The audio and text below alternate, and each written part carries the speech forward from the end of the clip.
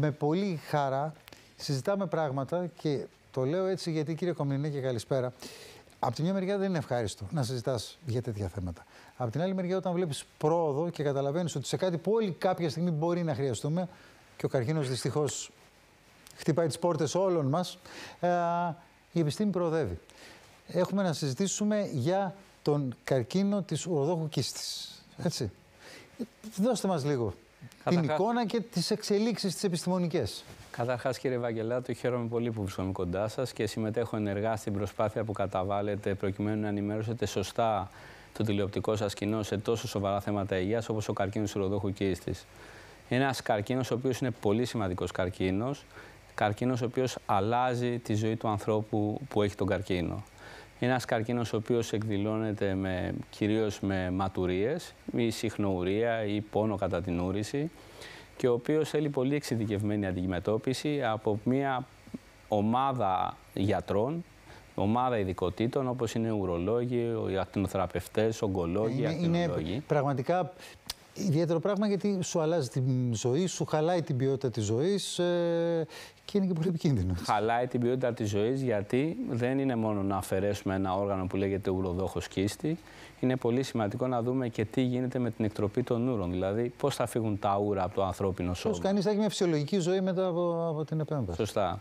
Ευτυχώς το Ιατρικό Κέντρο Αθηνών με τις σύγχρονες υποδομές που έχουμε και τον κορυφαίο τεχνολογικό εξοπλισμό, όπως είναι το ρομποτικό σύστημα Da Vinci, μας δίνεται η δυνατότητα να κάνουμε χειρουργικές επεμβάσεις ρομποτικά. Στην προκειμένη περίπτωση λέγεται η επέμβαση ρομποτική κιστεκτομή, όπου μέσα από τρυπούλες και όχι από μεγάλες στο μέσο όπως συνηθίζεται παλιά, αφαιρούμε την ουροδόχο κίστη σε ένα τόσο μεγάλο και σοβαρό χειρουργείο και ο ασθενής αυτό το αντιλαμβάνεται στο ελάχιστο, καθώς είναι σχεδόν ανώδυνο, η νοσηλεία είναι ελάχιστη, είναι γρήγορα περιπατητικός.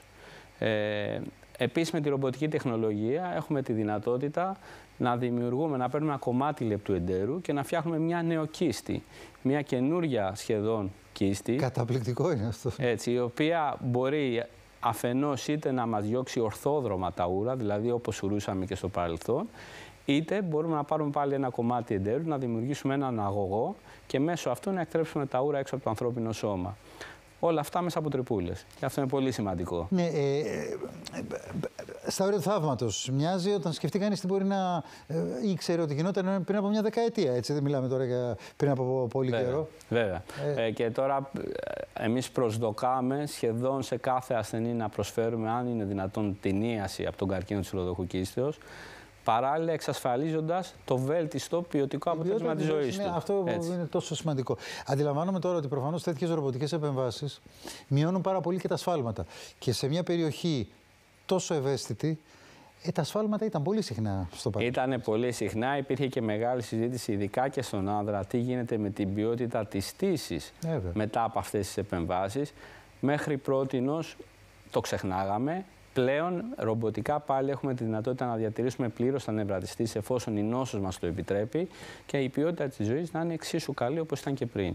Και όλα αυτά, προφανώς όπως γίνεται πάντα με τα ρομποτικά, έχουν και πολύ μικρή περίοδο αποθεραπείας, έτσι, λίγη παραμονή στο νοσοκομείο και γρήγορα πίσω στη φυσιολογική ζωή. Σωστά, σωστά. Σχεδόν από την πρώτη μέρα ο ασθενής κινητοποιείται, σηκώνεται, περπατάει, τρώει, αρχίζει σιγά σιγά σιτίζεται και η νοσηλεία πλέον, ενώ παλιά ήταν αρκετών ημερών έως και εβδομάδων νοσηλεία, πλέον έχει πέσει σε ελάχιστες μέρες, περίπου στις 4-5 μέρες ο ασθενής είναι σπίτι του. Ξέρετε, κύριε Κομνηνέ, όσο έχω ασχοληθεί με την ιστορία, όχι πολύ, αντιλαμβάνομαι κάτι το οποίο είναι πραγματικά πολύ σημαντικό μέσα σε όλα τα σημαντικά που λέμε.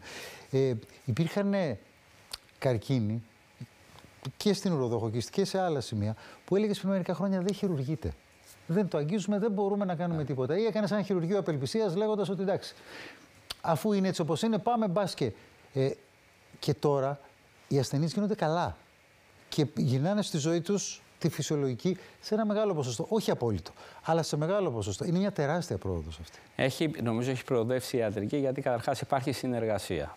Πλέον υπάρχουν οι ομάδες εξειδικευμένες, οι οποίες ξέρουν να κάνουν ένα πολύ καλά ένα αντικείμενο και αυτό έχει βοηθήσει σε όλους. Να αντιμετωπίζουμε ενός παλιά δεν αντιμετωπίζονταν και να πηγαίνει πολύ καλά. Και κάτι ακόμα που δεν πρέπει να το ξεχνάμε, ειδικά εμείς οι παλαιότεροι. Λέγαμε πριν από 2 δεκαετίες, πω μου συνέβη κάτι σοβαρό, θα πάω στο εξωτερικό. Να χειρουργηθώ, να αποκατασταθεί η υγεία μου. Και τώρα όλα αυτά γίνονται εδώ. Είναι κορυφαία σημασία σε αυτό. Σωστά, γιατί πλέον και οι ομάδες συμπεριλαμβανομένες και τις δικές μας είναι εκπαιδευμένοι ήδη στο εξωτερικό, επομένως έχουν φέρει όλη την εμπειρία και την τεχνογνωσία στην Ελλάδα. Αφετέρου και τα νοσοκομεία τα μεγάλα, όπως είναι το δικό μας, έχει επενδύσει πολύ σε εξοπλισμό. Δεν ζηλεύουμε σε τίποτα. Ακόμη και στην Αμερική να ήμασταν, δεν ζηλεύουμε σε κάτι σε επίπεδο τεχνολογίας. Άρα μπορούμε να αντιμετωπίσουμε σχεδόν τα πάντα. Σας ευχαριστώ πάρα πολύ. Ευχαριστώ πάρα πολύ. Έχει μεγάλη σημασία, φίλες και φίλοι, και το λέω πάντα, να έχετε την πληροφορία, να ξέρετε. Όταν συμβεί μια ασθένεια, πολλές φορές και πανικοβάλλεσαι και στρεσάρεσαι, ψάχνεις πού να πάω, τι να κάνω. Είναι ένας από τους βασικούς λόγους να παίρνετε την πληροφορία και σε ένα ψυχρό χρόνο και αν τη χρειαστείτε να την έχετε υπόψη σας. Μακάρι όμως να μην τη χρειαστείτε, να μην τη χρειαστεί κανείς.